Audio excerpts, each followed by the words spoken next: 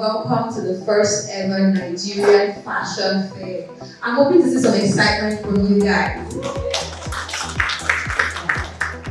It's so amazing that we have a platform like this, that is looking to empower young professionals looking to break into the fashion industry in Nigeria and not just in Lagos. I'd like to thank you for coming because, first of all, it means that you're actually seeking to know more about how you can have a successful journey in the fashion industry.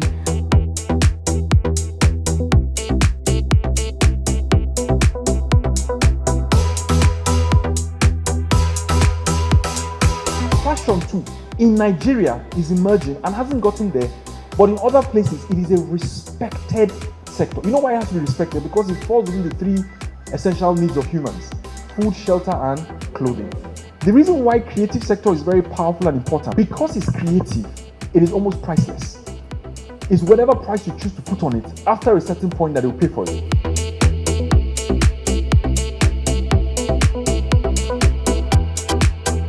This is actually my first fashion career summit. I've been attending fashion shows, where we go to look at outfits. But now we're coming to learn about the business of fashion, and it's actually mind-blowing and such an eye-opening program.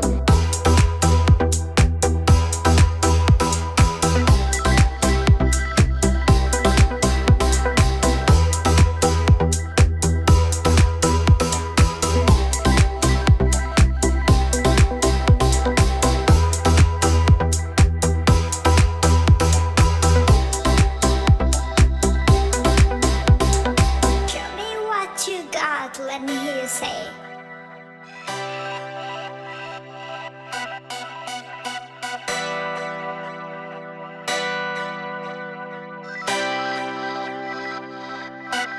First of all, thank you so much to Obsidian and the pioneer of Obsidian. This is actually my first fashion fair or event basically, and I believe it was absolutely knowledgeable. It was a fantastic experience. I learned a lot just within a couple of hours. So I would say it was an excellent experience, and for kind of like first timers in this business, I think they're leading that bridge, that knowledge bridge that they need in the fashion industry, and they're doing very, very well. So I want to say just keep pushing and keep going forward where you have a lot of people to support you. The future of work right now is that structured organizations and employers will have to start sharing talent. So my employer will not have a problem that I'm working in two places. That's where we're going to.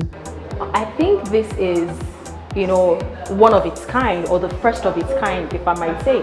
This conversation that we're having, concerning internships and, trying to breed a new set of professionals in the fashion industry is really important. So fashion is not just what people have been used to in the past of just cutting and sewing. Fashion has the ability and the tendency to really change, the face of our nation, contributing to the GDP. And I think that it's important that we're having these conversations, helping young people to get opportunities, how they can build a career in fashion. We have a lot of people, a lot of creatives who want to turn this from, who want to move from passion into profit. And so I think that it's really important that we're having these conversations on giving them tools, strategies, on framework on how they can make this into the profession of their dreams.